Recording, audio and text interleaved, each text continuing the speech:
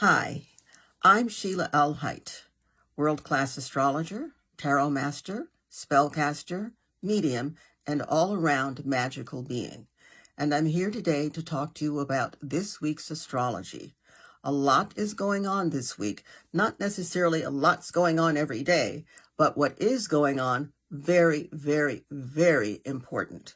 The first thing is the planet Venus, the planet of relationships, of balance, of diplomacy, of healing, of value, especially self-value, of women.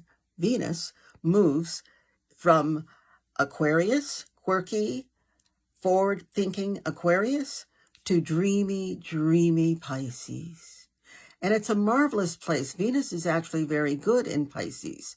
It's also, you need to keep in mind that it's only really very good when we don't have to deal with practical matters and practical issues. Venus in Pisces says, oh, I like it, or I love it, or that's for me, or that's a perfect reflection of me. But that's not necessarily so. Venus is great. It's like the hand mirror. Pisces, though, is it real?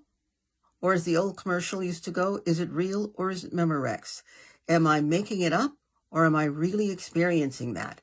Is this true love or is this another fantasy? It's all about that. Now, Venus also has to do with money. Venus has to do with healing. So you want to be careful during this 3 weeks that Venus is in Pisces to dream, write your dreams down, maybe even start working on your dreams, but apply practicality. It's extremely important. If you head off on your dreams because Venus in Pisces has just sent me off on this lovely journey, you're going to wind up very often in a lot of difficulty.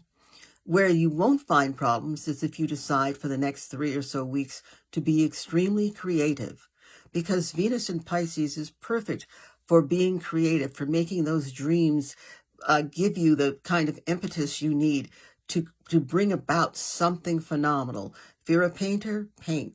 A writer, this is perfect. Fantasy stories or novels, science fiction stories or novels, fabulous.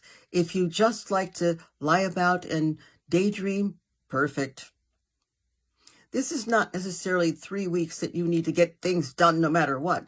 This is a time when you need to be aware of what is happening for you, how you feel about what's happening, but not necessarily act on everything you sense or you feel, because what you sense or you feel may not work down here on planet Earth. It is a good time, though, to enjoy, to get massages, to go to the movies, and to have a low-key, forward-moving adventure. Low-key, forward-moving? Yes.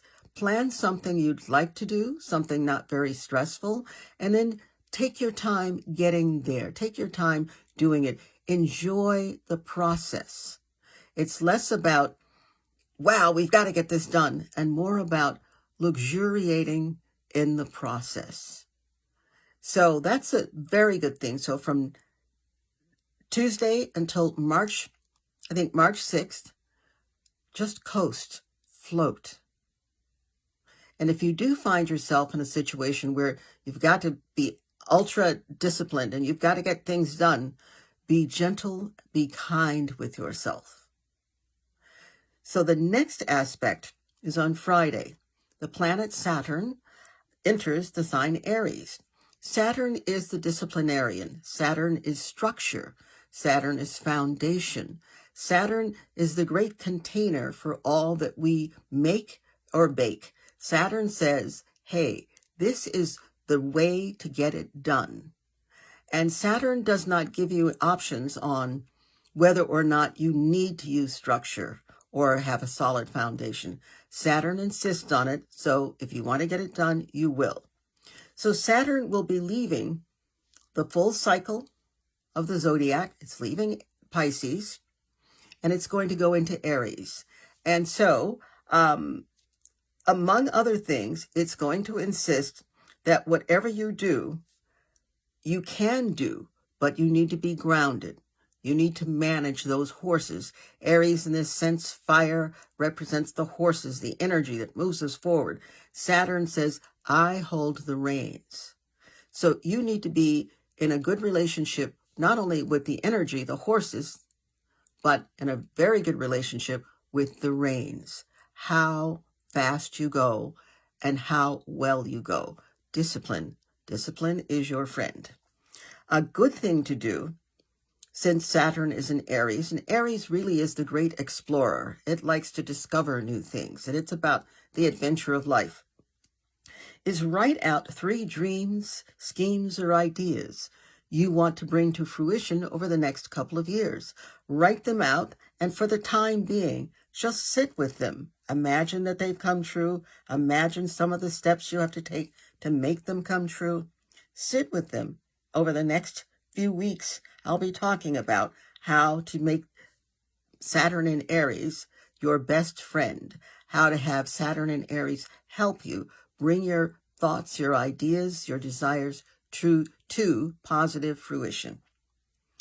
Then on Sunday, we have the sun, the life force, the ego, the heart, the dramatic aspect of us. We have that squaring Uranus. A square is a frictional energy. A square tells us that, oops, I and thou have to get on the same page. So the sun square Uranus. So we've got the ego, the life force, on a frictional relationship or path with the planet Uranus, which is the planet of, among other things, genius. It's the planet also of disruption, but not necessarily disruption for negative reasons. Sometimes things need to be disrupted so that they can get back on track. If your ego is in the way of that, the sun, then there's going to be a clash, the square. You don't want the clashes, and you don't want your ego to get in the way of the process and the progress you need to make. So avoid ego issues. That means when you think I that loudly, you might want to check that. Ego issues, anger, and high drama are possible. So that's not something you want to have to deal with or clean up, because boy, it can get pretty messy. Stay centered and stay grounded. Please avoid loud colors, because loud colors like red or orange or even yellow, right now, not a good idea, because all of that energy just works unconsciously on your energy and turns the temperature up. So do what you can to avoid acting on impulse. This is not a good day for impulse, no. And it's probably not a good day to interact with people who are impulsive as well.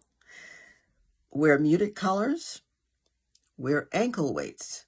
And Sunday would be a good day, if you can, to stay to yourself and by yourself, because far less temptation to act out. So that's it for the week, and I wish you a fabulous week. And if you're in the cold climates, stay warm. And everywhere else, stay warm, stay safe, or stay cool if you're below the equator. And I leave you with this. I am only one, but I am one. I cannot do everything, but I can do something. And I will not let what I cannot do interfere with what I can do. So keep that in mind, move forward, and have a great, wonderful week. Bye.